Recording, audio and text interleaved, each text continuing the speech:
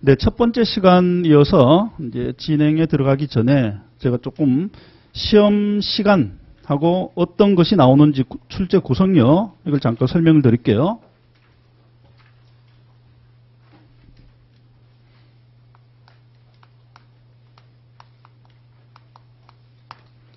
비즈니스 로우하고 텍스를 구성을 좀 보면요. 멀티 문제하고 시뮬레이션 문제요. 멀티는 비즈니스 로우가 한 30 정도 되고 텍스가 36 정도, 그럼 총 76 문제죠. 그 다음에 시뮬레이션은 비즈니스 로우고요. 텍스가 8문제, 총 합쳐서 8문제가 출제가 됩니다. 그 테스트릿이 이게 2 테스트릿으로 구성되고요. 그 다음에 이거는 2문제, 3문제, 3문제, 2, 3, 3. 테스트릿이 3개가 되는 거죠. 3개로 구분됩니다. 그 다음에 스코어는 멀티가 50점, 시뮬레이션이 50점. 이렇게 반반 구성됩니다. 그 다음 여기서 중요한 게요. 시간을 어떻게 써야 되느냐 이거를 주의를 하셔야 됩니다. 점수로 보면 이게 반이고 이게 반인데 총 4시간 아닙니까? 4시간 중에서 여기에 반 여기에 반 쓰는 게 아닙니다. 멀티 문제를 1시간 30분 정도 쓰고요. 나머지 2시간 30분을 시뮬레이션 문제에 써야 됩니다. 훨씬 더 시뮬레이션에 많이 써야 됩니다. 멀티를 76문제를 1시간 30분 안에 풀려면 1분하고 조금 더 약간 남죠. 한 1분 정도로 보시면 됩니다.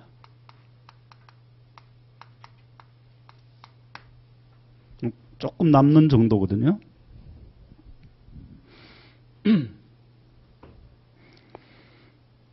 그러니까 멀티를 푸실 때 평소에 푸실 때 이 훈련을 하셔야 됩니다. 한 문제를 긴 문제도 1분 이상 쓰지 않고 그리고 한 번에 풀고 다시 보지 않고 그냥 한 번에 끝내는 훈련을 평소에 하십시오. 대충 읽어서 풀고 또 돌아와서 풀 수 있다 이렇게 생각하시면 안 됩니다. 그리고 모르는 문제가 나오면 그냥 넘어가는 겁니다. 찍고 넘어가는 겁니다. 그렇게 해서 이걸 먼저 끝내버리고 나서 이걸 확보를 해야 됩니다. 1.5보다 더 써버리면 시험 전체가 문제가 생깁니다. 시뮬레이션 가서 못 푸는 문제가 큰 게 막 빠지거든요. 그러면 문제가 되죠.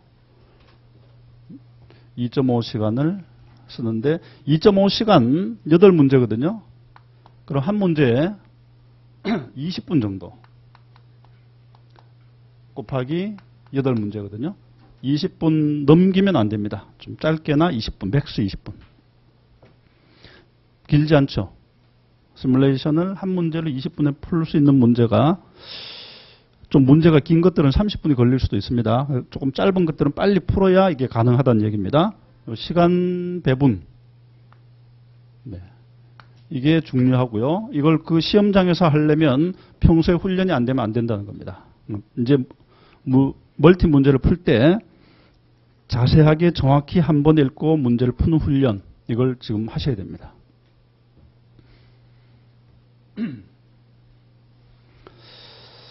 그 다음에 우리 시험 이제 시뮬레이션 형태는 어떻게 나오는지 한번 볼게요. 텍스트 폼 신고 서식 있죠. 서식을 이해하고 있는지 혹은 채워넣기 어쨌든 서식을 좀 중요한 서식은 알고 있는지 이걸 테스트를 하고요. 그 다음에 테이블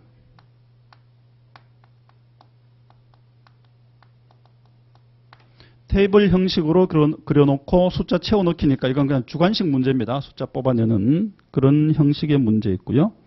그 다음에 셀렉션 문제. 다음 중 무엇이 맞느냐? A, B, C 중에서 선택하는 거. 그 다음에 DRS 문제요. 다큐멘트를 주고 그 소스 다큐멘트죠. 뭐 리시트라든가 뭐 인슈어런스 펄러시 같은 거, 보험 증서 같은 거 이런 걸 주고 거기서 정보를 찾아내서 답을 하는 겁니다.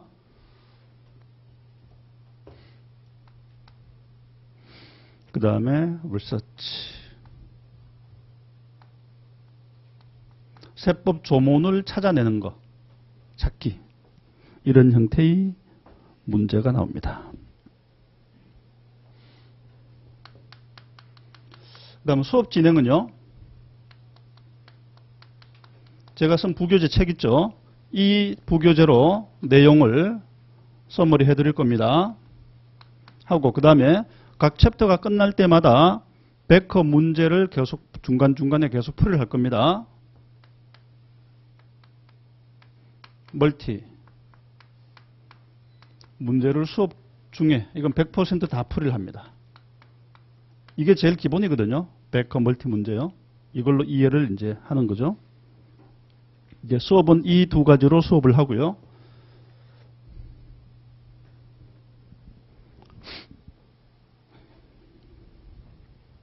그럼 여러분들은 백허 문제집하고 제 부교재 이 두 개를 수업 시간에 가지고 오셔야 됩니다. 그 다음에 부교재 중간중간에 보면 멀티 문제도 있고 시뮬레이션 문제도 제 부교재에 또 있거든요. 부교재에 있는 요건 내용만 정리하기 때문에 부교재에 있는 멀티가 있고요. 이 문제는 백허보다는 조금 더 어려운 문제들입니다. 이건 여러분들이 나중에 복습하실 때 그때 여러분들이 풀어보셔야 됩니다. 풀어보고 안 풀리면 저한테 와서 질문해서 해결하시고요. 그 다음 부교재 시뮬레이션 문제가 있습니다. 부교재 시뮬레이션 문제는 이건 제가 나중에 파이널 리뷰 할 때 그때 이 시뮬레이션 문제를 위주로 파이널 리뷰를 진행을 합니다. 이 문제들이 이제 여러분 나중에 이 시뮬레이션 문제 풀 때 이제 도움이 되는 것들이거든요. 예, 그 다음에 우리 백허 문제 중에서 시뮬레이션 문제 있습니다. 백허 시뮬레이션 문제는 제가 별도로 이미 녹화를 해놨습니다. 이번 새로운 문제로요. 총 6시간 분량인데 제가 녹화를 해놓은 걸 여러분들이 나중에 온라인으로 보충 강의를 들으셔야 됩니다. 이거는 수업 중에 들으실 필요는 없고요. 시험 보기 뭐 한 달, 두 달 전에 최종 정리를 하실 때 이걸 여러분들이 온라인으로 보면서 정리를 하시기 바랍니다. 정리.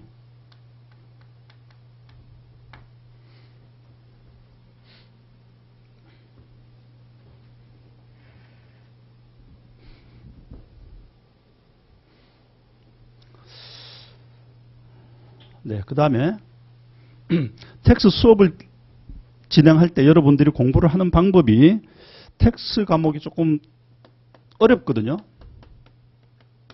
방법, 공부.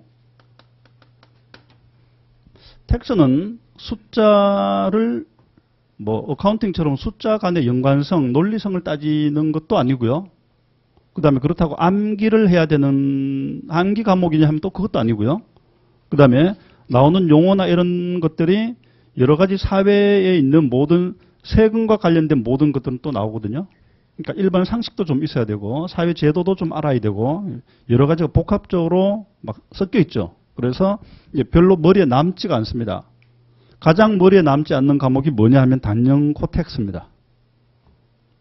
여러 가지 지식을 알아야 되니까. 그러니까 잘 남을 수가 없죠. 기억에요. 그냥 바로바로 날아가 버립니다. 당연하죠. 여러분 공부하실 때 복습은요. 이건 당연히 하셔야 되는데 왜 이걸 필수라고 하냐면 복습을 해도 며칠 지나면 다 잊어버리거든요. 했는데도 잊어버리니까 하다가 안 하는 사람들이 있습니다. 복습을. 어차피 잊어버릴 거 하지 말자. 이렇게 되는데 그러면 텍스를 마스터할 수가 없습니다. 언제 하나요? 나중에 몰아서 하면 더 힘들어지죠. 근데 복습을 한번 해놓으면 잊어버려도 어딘가에는 조금은 기억이 남아있거든요. 두 번째 복습하고 세 번째 할 때 이때 조금씩 살아나게 되는 거죠. 반드시 복습을 하셔야 되고, 그 다음에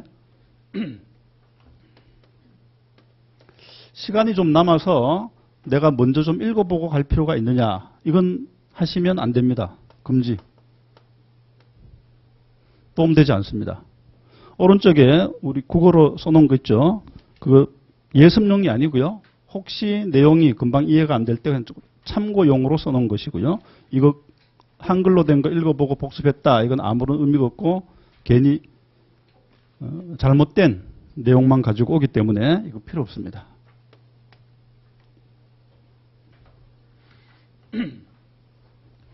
그 다음에 텍스하면서 많은 사람들이 한 반 정도 쫓아오다가 자꾸 잊어버리고 그러니까 이제 다음에 하고 연기해버리고 그냥 수업을 안 듣고 못 쫓아오는 사람들이 있습니다. 그렇게 하면 텍스가 굉장히 어려워집니다. 이것 때문에 고생을 하게 됩니다. 맨 처음에 한번 시작하면요. 꼭 한번 1회독을 끝내버리십시오. 잊어버리는 한이 있어도 1회독. 이게 제일 중요합니다. 그러면 앞에서 배울 때 몰랐던 것이 뒤에 있는 내용이 앞에서 좀 알아야 뒤에 있는 내용을 알아야 앞에서 이해할 수 있는데 뒤에 걸 설명을 못하지 않습니까? 그럼 앞에 거 당연히 이해를 못하죠. 그 부분은 어쩔 수 없죠. 그리고 뒤로 넘어가면 또 앞에 있는 게 또 같이 연결되는 게 있거든요. 또 이것도 다 잊어버릴 거 아닙니까? 그죠? 이런 것들이 많이 있기 때문에 1회독을 반드시 끝을 내놔야 됩니다. 그리고 1회독이 끝나면 이게 무슨 얘기였는지 그때 가서 이해되는 것들이 막 생기거든요. 그래서 이제 조금씩 실력이 붙는 거죠. 그 다음에 시험 보고 실패했습니다. 떨어져서 저한테 이제 질문을 하러 옵니다. 왜 떨어졌는지 좀 알고 싶다. 제일 먼저 제가 묻는 게 뭐냐 하면 백허 문제, 특히 멀티 문제가 기본이니까 멀티 문제를 몇 번 풀고 갔느냐 이렇게 물어봅니다. 한 번 풀었다. 그럼 푼 게 아닙니다. 두 번, 세 번 풀었다. 세 번까지 풀면요. 문제 어떤 문제가 있었는지는 기억이 나는데 답이 기억이 안 납니다. 그 의미가 없죠. 몇 번 풀어야 되냐 하면 5번을 풀어야 됩니다. 5회.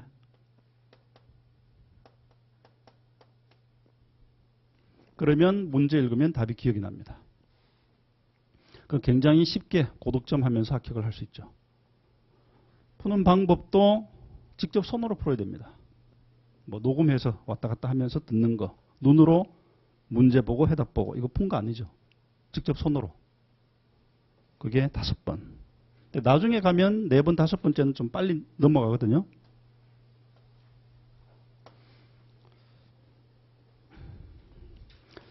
그 다음에 어떤 부분은 이해하는데 어떤 부분은 전혀 모르는 내용들이 있습니다. 자기가 그 부분에 대한 지식이 없으면 그럴 수 있죠. 그리고 문제를 풀 때는 이해한 것 같았는데 혼자 풀 때는 안 풀리고 무슨 문제인지 전혀 이해도 안 되고 이런 게 많이 생기거든요. 질문을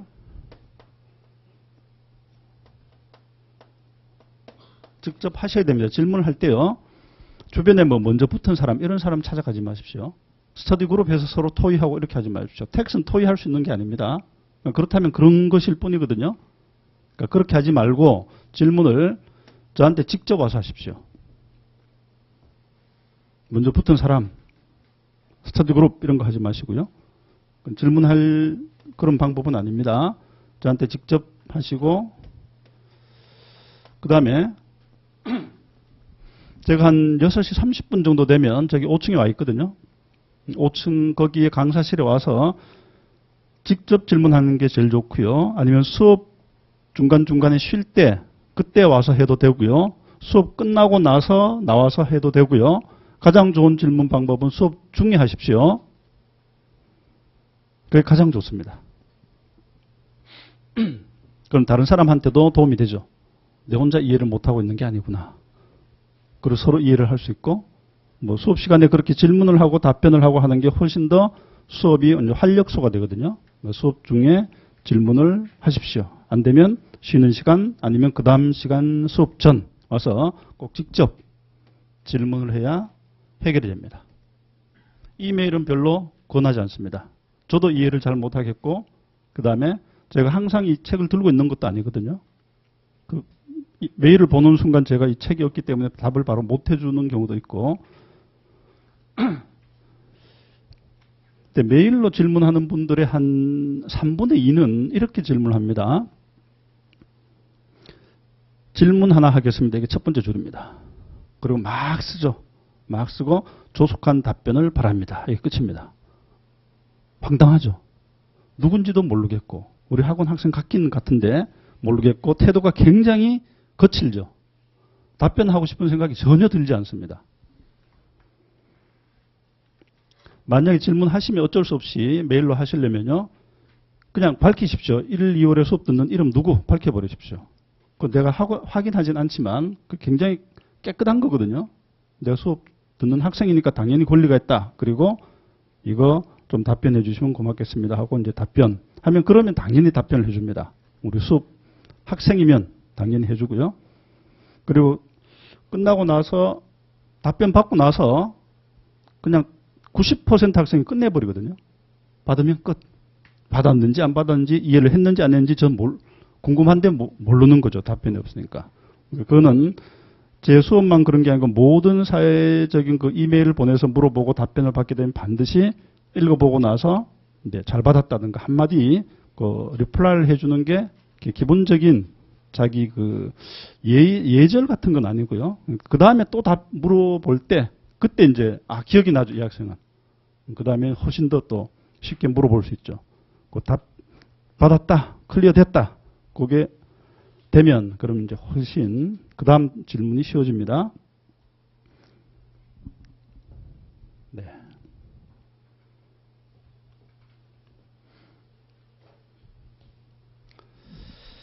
그러면 이제 기본적인 뭐 수업 관련된 내용은 이걸로 설명을 드리고요. 우리 부교재 펴볼게요.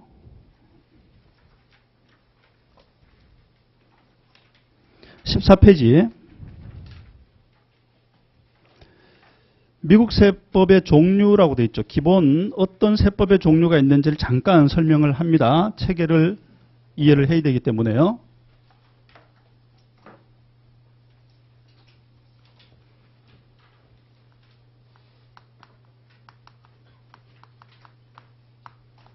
미국의 세법 체계죠. 조세 제도는 미국은 연방제 국가 아닙니까? 각 주가 있고 그 다음에 주를 전체 50개 주를 합친 연방정부가 있고요. 크게 두 가지 정부가 있습니다.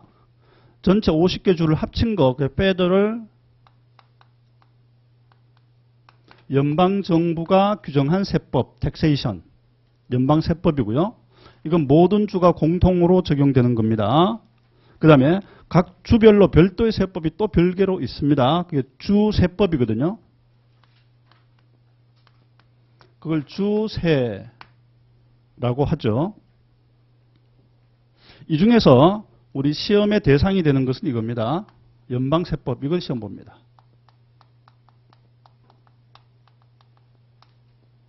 이건 시험 대상이 되지 않습니다. 연방세법은요. 제일 중요한 게 소득세입니다. 인컴은 벌어서 쓰고 남은 게 인컴 아닙니까? 여기에 대한 세금, 인컴 텍스가 가장 대표적인 세금이죠. 인컴 텍스는요. 이제 개인들이 가서 일을 해서 뭐 샐러리를 받게 되거나 이렇게 되면 내는 거 개인 소득세.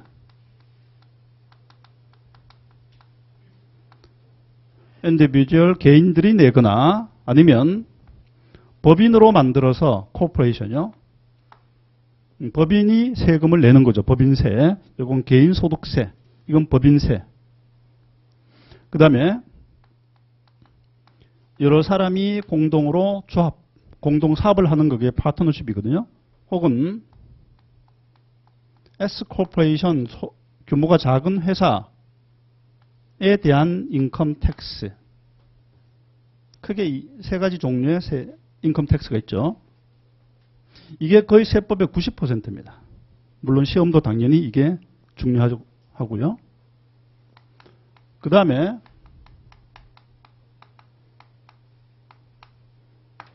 기프트는 공짜로 주는 거죠. 거기에 대한 세금. 그 다음에 사망하면서 넘겨주는 거. 이게 에스테이트입니다. 상속세. 상속증여세. 그 다음에 65세 이상 돼서 은퇴를 하게 되면 사회보장연금을 주기 위해서 거두는 세금.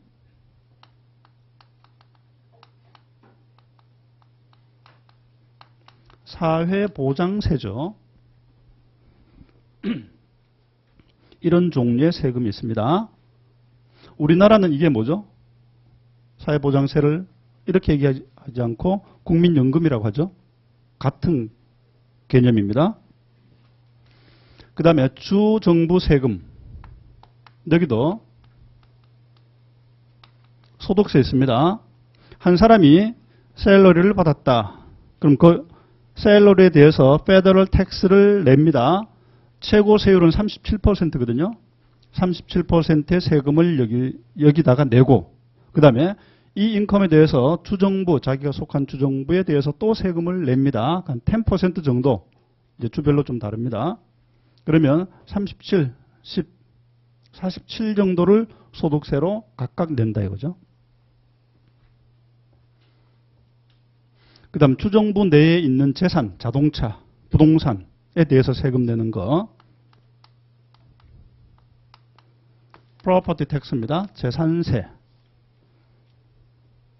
그 다음 미국에서 물건 사면 맨 뒤에 붙는 거 항상 있죠. 물건값 말고 세일스 텍스 있지 않습니까? 그게 주세거든요.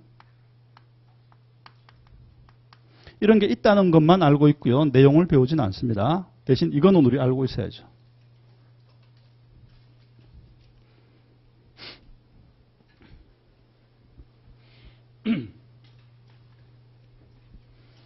이게 기본 세법의 체계고요. 이걸 우리 교재에서 뭐 소득에 대한 세금, 뭐 내용 보실 필요 없습니다. 재산에 대한 세금, 재산에 대한 세금은 주정부 세금이라고 그랬죠. 이 재산은 두 가지가 있습니다. 리얼티라고 하면 이거는 토지 같은 거, 부동산 있죠. 빌딩, 랜드 같은 걸 리얼티라고 합니다. 여기에 대한 재산세. 그 다음 퍼스널티라고 하면 이거는 비클 같은 겁니다. 자동차에 대한 세금. 이런 것들이 재산세의 종류다. 그다음 세 번째는요. 사망과 관련된 세금. 사망세금은 이거죠. 에스테이트입니다. 상속세. 이것도 연방정부. 물론 주정부가 상속세를 부과하는 경우도 물론 있습니다. 어쨌든 중앙정부 세금 중에 하나다 하는 거고요.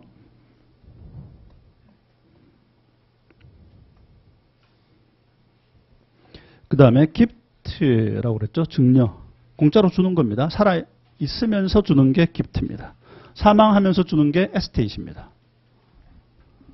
증여세. 이것도 연방정부 혹은 주정부 각각 세금이 있다 하는 거고요. 그 다음에 거래와 관련된 세금. 거래만 하면 그냥 세금을 때리는 겁니다. 그게 대표적인 게 세일스 텍스입니다. 물건 샀죠. 사는 행위에 대해서 매기는 겁니다.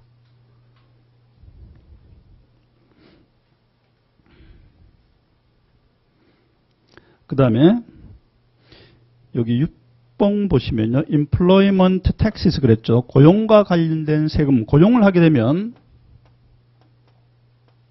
샐러리를 지급하게 되죠. employer, 고용주는 샐러리를 주고 employee들은 받죠. 그죠? 이게 주고받게 되면 고용과 관련된 세금이 발생된다. 이겁니다. 네. 그 다음 페이지 보시면요. 두 가지 있죠. 파이카 텍스라고 그랬습니다. 이건 앞으로 많이 나옵니다. 파이카 텍스가 뭐냐 하면 사회보장세의 또 다른 이름이 파이카 텍스입니다.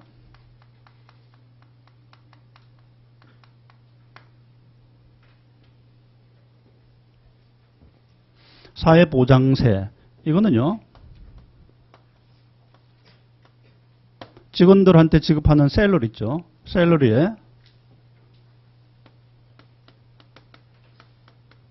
15.3%를 직원, 본인이 냅니다. employee, 직원들. 그 다음에 똑같은 금액을 employer가 냅니다. 이게 합쳐서 15.3이고요. 이거 다시 수정할게요. 7.65%를 직원이 내고 같은 금액을 내니까 15.3%가 연방정부에 들어가는 겁니다.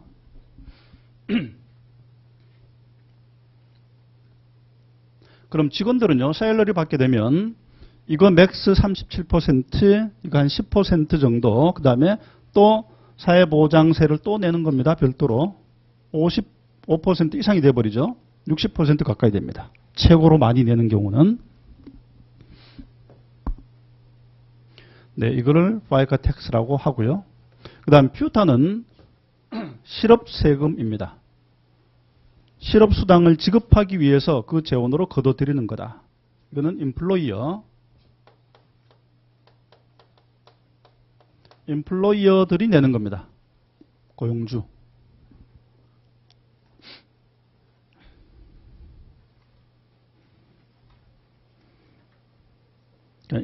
이렇게만 쭉 스캔하고 넘어가시고요. 나중에 또 배울 겁니다. 중요한 내용들은. 그 다음에 미국 국세청을 뭐라고 합니까? IRS라고 하죠. Internal Revenue Service라고 그러고요. 미국 세법을 Internal Revenue Code라고 합니다. IRC, 이건 세법, 이건 국세청.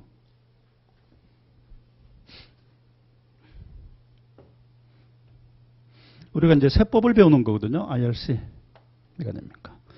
미국의 세법 체계는 굉장히 특이합니다. 우리나라 같은 경우는요, 개인소득세법이 1조부터 몇 조까지 쭉 있고, 별도로. 그 다음 법인세법이 1조부터 몇 조까지 쭉 있고, 법이 다 나눠져 있습니다. 그런데 미국 세법은요, 1조부터 7천조 정도까지 쭉 일렬로 내려옵니다. 수직으로. 내려오면서 중간중간에 블럭으로 개인소득세, 법인세, 파트너십, 기프트, 에스테이트 이렇게 중간중간에 막 잘려지는 이런 형태로 구성이 되어 있습니다. 그게 인터널 레비뉴 코드인데요. 지금 이거는 별 의미가 없고 내가 샘플을 하나, 네, 이게 몇 페이지냐 하면 629페이지입니다. 여러분들 교재.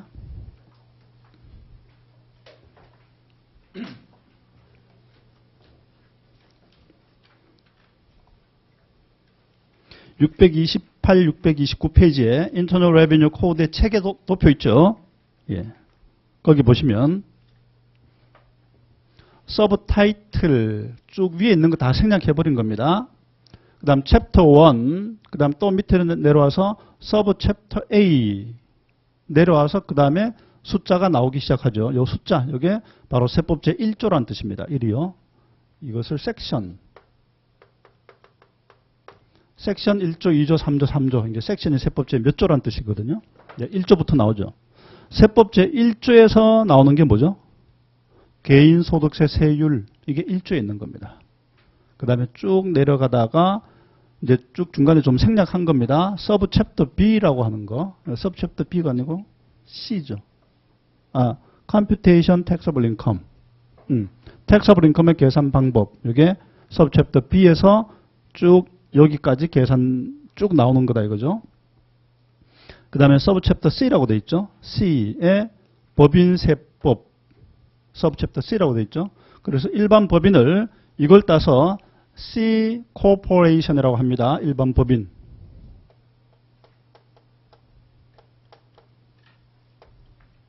일반 법인에 대한 규정이 301조부터 쭉 나오는 겁니다.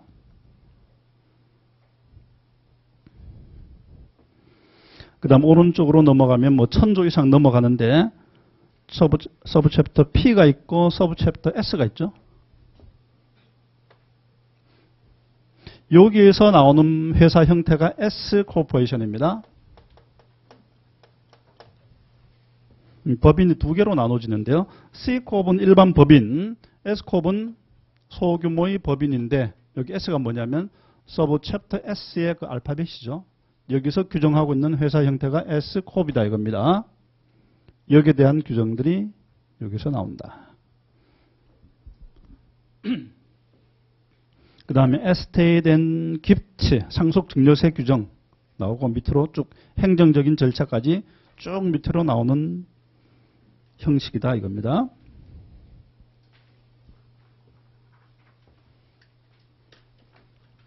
나중에 리서치를 해서 여러분들이 답을 할 때 여기 섹션 몇 조 있죠? 섹션 1202 이걸 찾아서 답을 하는 겁니다.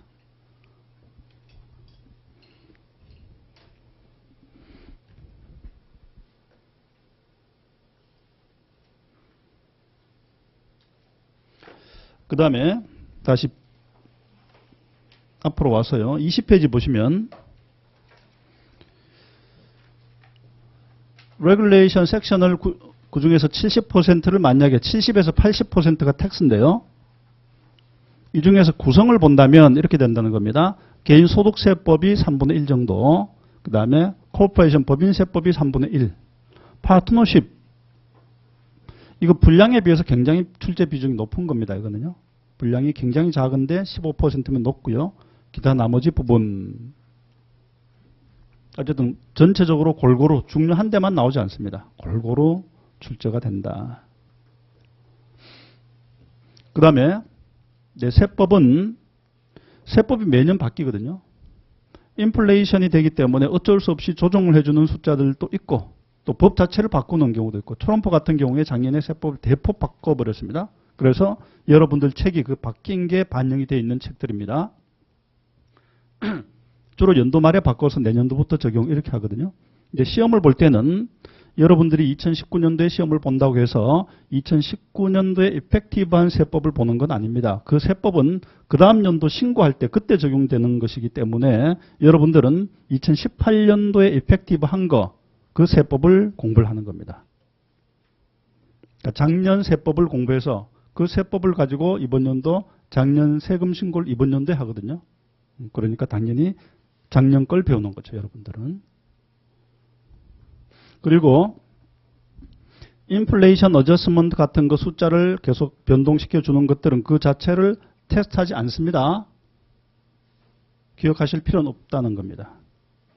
그리고 만약에 연도가 바뀌어져서 그 다음 연도에 시험을 봐야 되는 상황일 때는 다 새로 들으실 필요 없고요.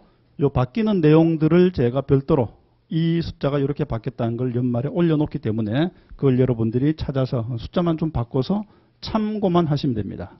그렇게 해서 계속 공부를 하시면 된다는 거죠. 바뀌는 것은 테스트의 대상이 되지 않는다.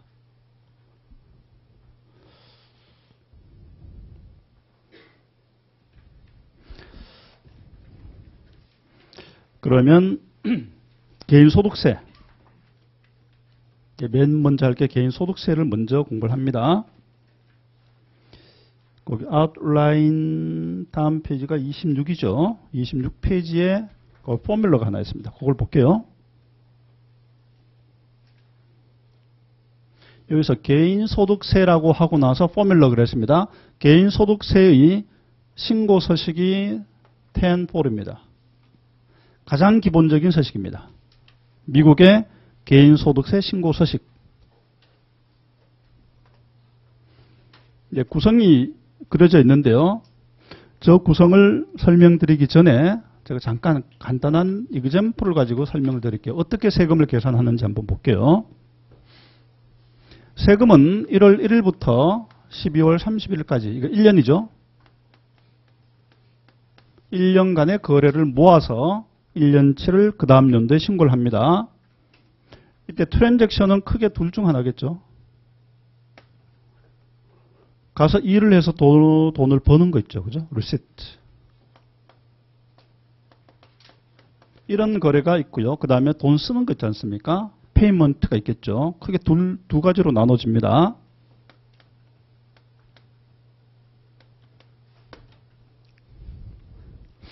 받는 것 중에서 예를 들어서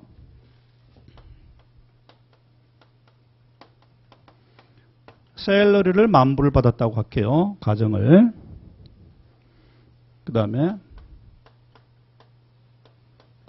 디포짓을 했더니 인트레스트를 이자를 2,000불을 받았다. 그 다음에 어떤 사람이 날 다치게 해서 내가 보상금, 다친 데 대한 보상금으로 받은 게 만약에 있다고 할게요. 이걸 3,000불을 받았다. 총 받은 게 요 세 가지입니다.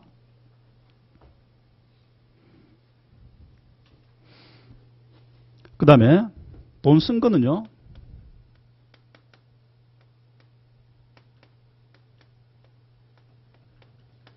레지던스 집에 대한 담보대출 이자를 뭐 5,000불을 썼다. 그 다음에 푸드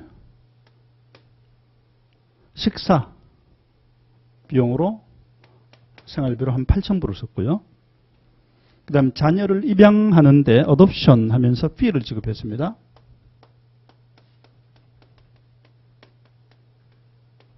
어덥션 피를 200불을 지급했다. 이렇게 볼게요.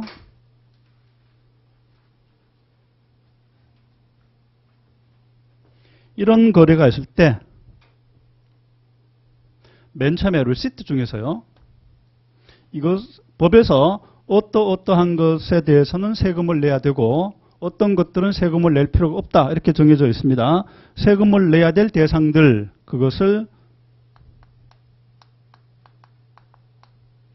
gross income이라고 합니다. 총소득. 여기에 들어가는 것이 뭐냐면 셀러리 10,000불 그 다음에 interest income 2,000불 이건 텍스를 내야 되는 겁니다. 이런 것들을 taxable이라고 합니다. taxable한 인컴 아이템이다 이거죠. 그 다음에 몸이 다쳐서 받는 보상금 3,000불은 이걸 세금을 만약에 매겨버리면 어떻게 될까요? 치료 목적에 쓰지 못하지 않습니까? 그죠? 치료 목적에 써야 되거든요. 이런 것들 몇 가지를 이건 세금 낼 필요 없다 이렇게 규정을 하고 있습니다. 이거는 not taxable이라고 합니다. 혹은 exempt라는 표현도 똑같습니다. tax exempt다, 면세, not taxable 같은 얘기입니다. 그러면 여기 not taxable로 규정된 것은 여기에 올릴 필요가 없죠. 이건 포함하지 않습니다. 이 두 개만 gross income에 포함을 해서 12,000. 여기 대해서 그냥 세금을 때려버리면 돈 쓴 거에 대해서 하나도 인정을 못 받지 않습니까? 그죠? 돈 쓴 거가 있으면 이 중에서 집과 관련된 대출금 이자 이거는 5,000불은 여기서 공제를 해주겠다. 이렇게 규정을 하는 것 항목들이 있습니다. 여기서 공제 대상이 되는 이런 비용들 이걸 디덕터블이라고 합니다.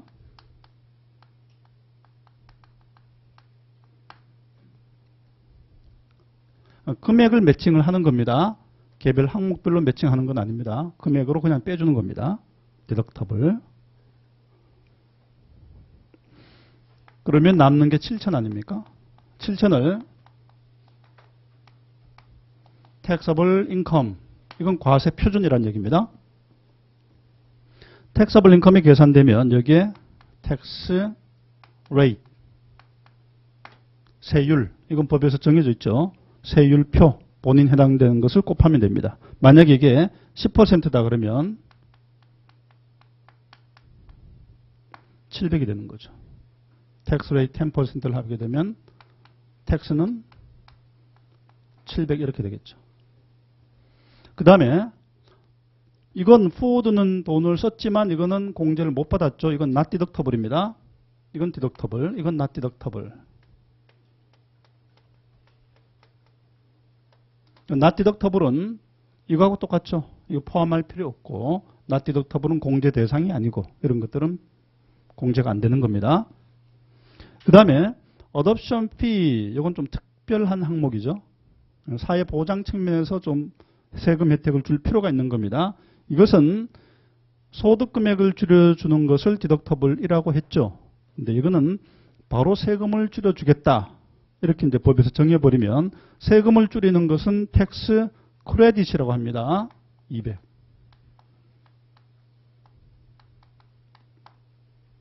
둘 다 빼주는 거죠. 이거 디덕션.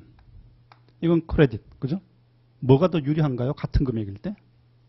이게 더 유리하죠. 이건 현금하고 똑같은 겁니다. 이거는 5,000불을 디덕션 받는다고 해서 5,000불만큼 돈이 생기느냐? 그건 아니죠. 세금이 줄어드느냐? 그건 아닙니다. 여기에 대해서 세율만큼의 혜택밖에 없는 거죠. 5,000불에 10% 500만큼의 텍스 세이빙이 되는 거고 이거는 뭐죠? 200 전체가 텍스 세이빙이 되는 거죠.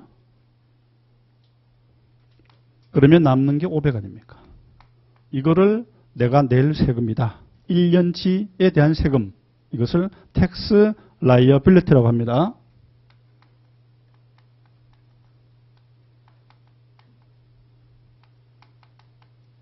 내가 낼 총 세금. 이게 기본이고요. 이 기본 개념을 이용해서 거기 포뮬러 한번 보시면요. gross income은 받은 것 중에서 텍서블한 걸 다 가져온 게 gross income이죠. 그 다음에 gross income에서 디덕션을 해주는데 여기 above the line이라는 말이 붙어 있고요. 요 밑에 보시면 또 itemized라고 되어 있습니다. standard도 있고요. 디덕션이 몇 가지 나눠져 있죠. 돈 쓴 것 중에서 몇 가지를 이거는 above the line 디덕션 항목이라고 법에서 규정을 하고 있습니다. 이런 것들은 above the line이다. 이게 뭐냐면 gross income에서 직접 공제를 받는 항목이란 뜻입니다. 그 above the line 디덕션이 우리 앞으로 배울 텐데요.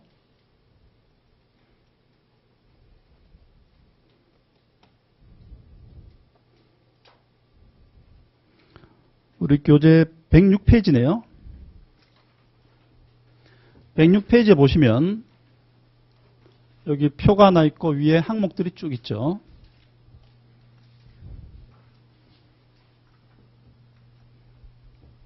네, 이런 항목들을 내가 썼을 때 이걸 above the line 디덕션으로 공제를 받는다 이겁니다.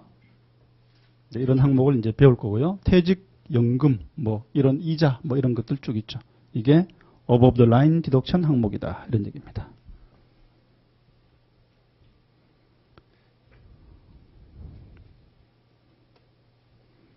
그 다음에 밑으로 내려와서 그러면 gross income에서 above the line 디덕션을 공제를 했더니 ALD라고 쓸게요.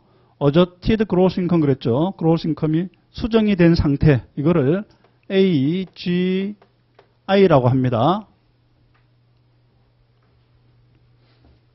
그리고 나서 그 밑에서 또 공제를 하는데 이거는 그냥 다 공제를 받는데 이건 좀 다르죠. itemized deduction 혹은 스탠더드라고 그랬습니다. 둘 중 하나라는 뜻인데 둘 중 큰 거를 공제를 하는 겁니다.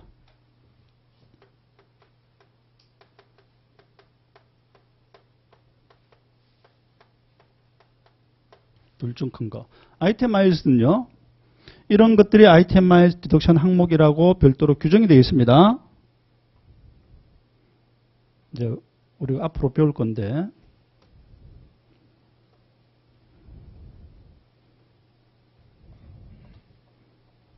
130페이지네요. 130페이지에 보시면 deductible items라고 되어 있죠. 1번부터 6번까지 있습니다. 표. 여기에 있는 항목들 병원비, 세금 낸 거, 이자 낸 거, 기부한 거 이런 것들요. 이런 것들을 만약에 썼다면 itemized에 여기에 포함을 해라 이런 얘기입니다. 그러니까 사람별로 다 다르겠죠. 금액이 나오면. 그 다음에 혹은 둘 중 하나 스탠더드는요. 표준 공제 금액이라고 표현을 하죠.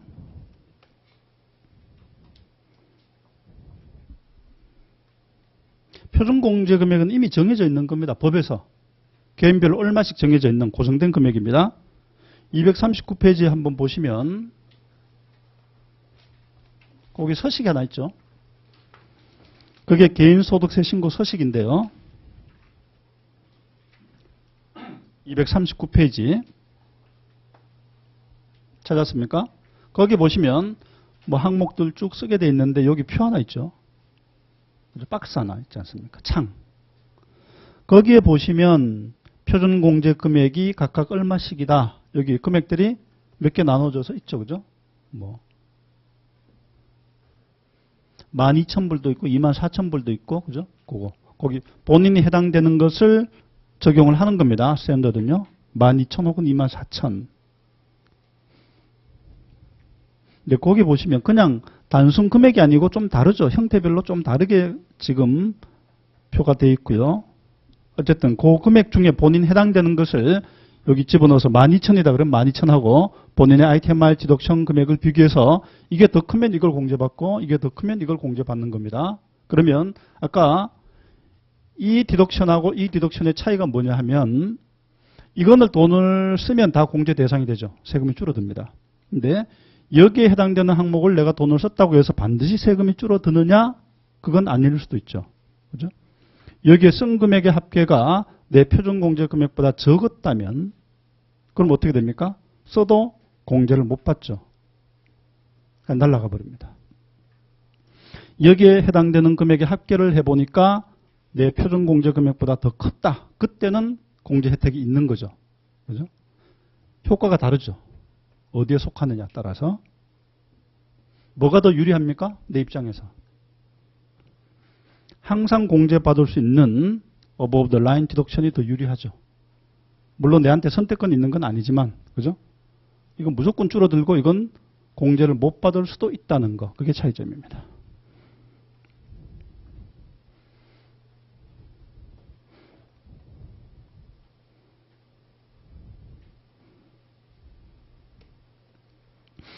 네, 이렇게 여기까지 공제를 하고 나면 taxable income인데 before라고 되어 있죠. QBI 디덕션, 사업소득 공제라는 뜻인데요. 사업소득 공제는 트럼프가 이거 집어넣어 준 겁니다. 사업을 하는 사람들에 대해서 혜택을 주기 위해서 총 사업을, 즉 자영업을 했다. 그런 사람들은 총 사업소득 금액 중에서 20%를 빼주겠다 이겁니다. 그게 새로 들어온 QBI 디덕션이라고 하는 겁니다. 그게 해당되는 사람은 공제를 받겠죠. 그걸 공제하고 나면 최종 taxable income, 과세 표준이 계산되고요. 여기에 세율을 곱합니다. 텍스 금액이 계산되고 크레딧 빼면 total tax. 크레딧을 뺀 상태 이걸 제가 뭐라고 그랬습니까? 크레딧까지 빼면 tax liability, 내가 부담할 총 세금 이란 뜻입니다.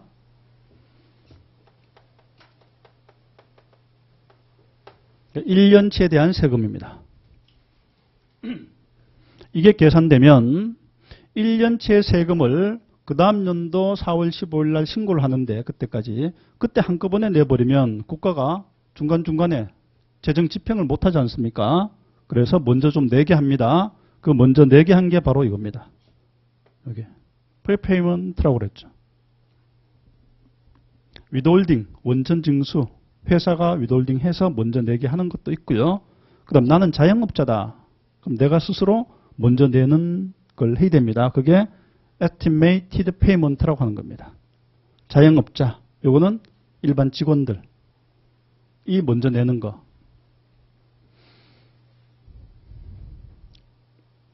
를 먼저 낸 것을 빼고 나머지를 내야 되겠죠. 그죠? 만약에 내가 먼저 낸 게 최종 정확한 세금보다 더 많이 냈다면 어떻게 됩니까? 많이 내면 돌려받아야죠. 적게 내면 더 내야 되고요. O를요. due라고 합니다. 내가 최종 신고를 할 때 내야 될 세금이 바로 요거 남는 거, 요걸 내야 되는 거죠. due. 그 다음에 overpaid는 refundable입니다. 이 용어를 더 많이 씁니다. 내야 될 것은 due라고 그러고요. 만약에 너무 많이 내서 돌려받는다 그러면 refundable이다. 언제 낼 금액이냐? 언제죠? 최종 신고 기한이 4월 15일입니다. 4월 15일 날 내야 될 금액이란 뜻입니다.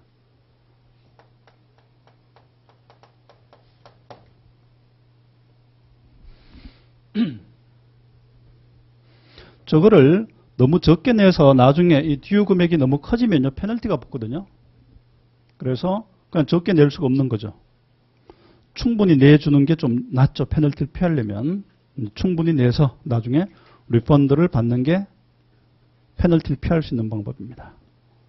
그러니까 리펀드를 받는 건 사실은 뭐냐면 내가 안 내도 될 걸 사실 너무 많이 낸 거죠. 정확히 몰랐기 때문에.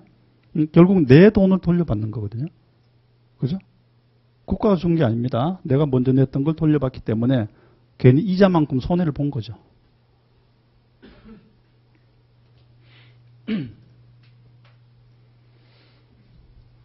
모든 소득이 있는 사람들은 템포리를 작성해서 본인이 스스로 하거나 본인이 못하면 CPA한테 의뢰를 하거나 해서 모든 개인들은 템포리 신고를 해야 됩니다. 우리나라는 여러분들 회사 다니거나 회사 어카운팅에 있는 사람들은요. 우리나라의 일반 직원들은 개인소득세 신고를 개인적으로 하지 않죠. 누가 해줍니까? 회사 격리부에서 해주죠. 그죠? 그게 뭐라고 하는 거죠? 연말정산. 그 사람의 소득은 이것밖에 없다고 가정하고, 그죠? 그러면 자기가 총 받아간 거, 회사에서 총 소득이 되죠. 그 다음에 각종 디덕션 항목, 이건 나라마다 다 다르지만 디덕션 해당되는 걸 다 받아서 그걸 공제를 해서 세율을 곱해서 세금 계산하고 나서 너무 많이 내면 돌려주고, 그죠? 더 내기도 하고. 대부분 돌려받죠. 그게 연말정산이라고 하는 거죠. 매년 2월달 되면 하지 않습니까? 개인의 소득에 대한 세금 계산하고 정산해주는 업무를 회사 격리부 직원이 2월달 한 달 내내 1, 2월 한 달 내내 하죠. 2달 동안. 그죠? 미국은 연말정산이라는 제도가 없습니다. 개인의 소득은 개인이 하는 게 맞죠. 회사가 해줄 이유가 없죠. 연말정산이라는 제도는 선진국 중에서는 우리나라밖에 없고요. 다른 어디 미개 한 나라에 가면 혹시 하는지 모르겠습니다. 아주 후진적인 제도가 아직 남아있는 겁니다. 여러분들 한 입장에선 좋죠. 해주니까. 근데 여러분들이 직원을 고용하는 개인 사업을 한다고 생각해 보십시오. 내가 사업을 일으켰다. 샐러리 주죠. 주면 되는데 세금 계산까지 다 해야 되고 그거 잘못하면 페널티를 내가 또 받고. 그건 좀 말이 안 되지 않습니까? 입장을 바꿔보면. 그죠? 네, 이 기본 체계를 놓고 이런 항목들이 뭔지를 이런 것들을 앞으로 공부를 하는 겁니다.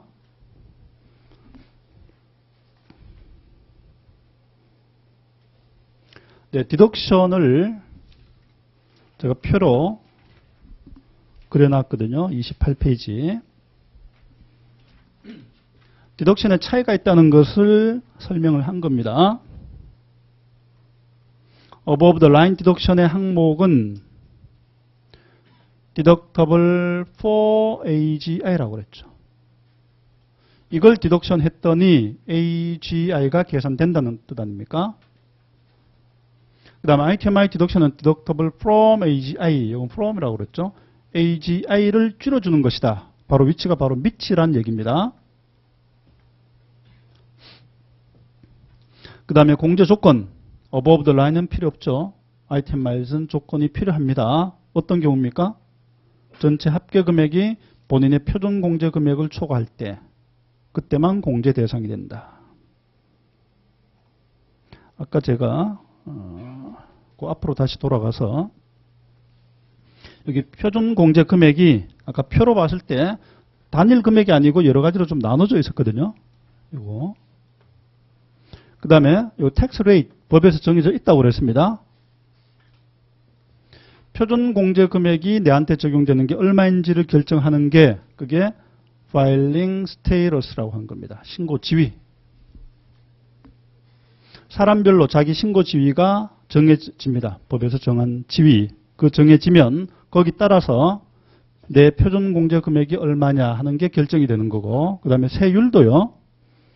우리 세율표가 조금 특이한데 세율표를 한번 볼게요.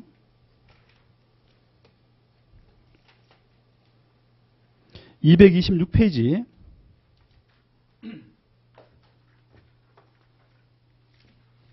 가보시면 세율표가 있는데 세율표가 몇 가지 종류가 있나요? 4가지 종류가 있죠. 하나가 아닙니다. 4가지 각각 다른 세율표가 있고 여기 앞에 여기 타이틀을 보시면요. 싱글이냐, 헤드 오브 하우스홀드냐, 조인트리냐, 그 다음에 세퍼레이트냐. 여기 따라서 세율이 다 다르죠. 구조가요. 미니멈 몇 퍼센트입니까? 10. 맥스는 37. 이게 택서블 인컴이 늘어날수록 세율이 점점 올라가는 구조를 가지고 있습니다. 이게 누진 세율입니다.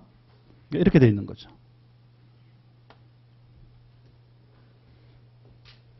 그리고 여기 따라서 달라진다. 그럼 내가 어디에 속하는 사람이냐에 따라서 세율표가 달라지는데 이게 뭐냐면 바로 이게 파일링 스테이러스입니다. 신고 지위.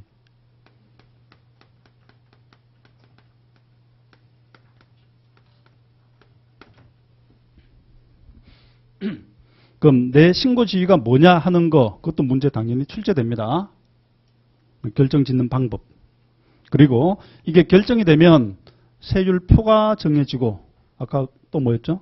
표준 공제 금액이 정해진다 이겁니다. 그걸 오늘 공부를 할 겁니다.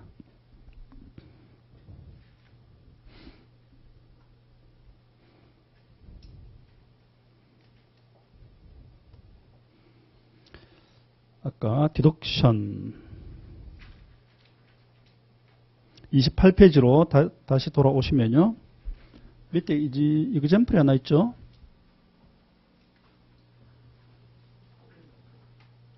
봅시다. Gross income 합계 금액이 12,000. Above the line deductions 금액이 4,000. 표준 공제 금액 6,200인데 for single이 뭐냐면 filing status 중에 하나입니다. 본인한테 적용되는 게 6,200이다.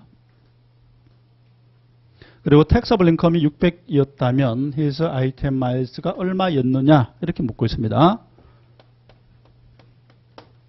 gross income 12,000. above the line deduction은 그냥 공제해버리는 거죠. 4,000. 얼마 남습니까? 8,000. 8,000을 뭐라고 했죠? AGI. 그 다음에 둘 중 맥스를 공제하거든요. 표준 공제 금액이 6,200이라고 그랬고 아이템 마일스하고 비교하는데 이걸 모르는 거죠. 어쨌든 이걸 공제했더니 얼마가 남았느냐 하면 600이 남더라 이거 아닙니까? 그럼 8,000에 600이 남으려면 이건 아니네요. 그죠? 그럼 이게 더 컸겠죠? 그게 얼마입니까? 7,400.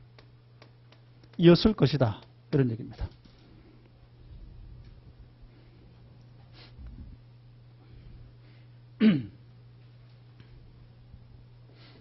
네, 그리고 여기까지 공제받고 나서 밑에서 또 공제하는 게 바로 사업소득 공제, QBI라고 하는 겁니다. 사업소득이 있는 사람은 또 여기서 공제를 받는다. 사업소득이 어디에 포함되어 있냐 하면요. 여기 포함되어 있겠죠. Gross income. Gross income이 이미 다 들어가 있고 그 중에 20%를 밑에서 공제를 해준다 이겁니다.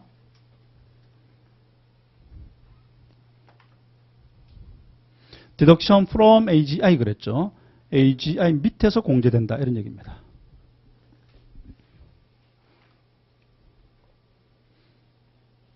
네, 한 10분 정도만 휴식하겠습니다.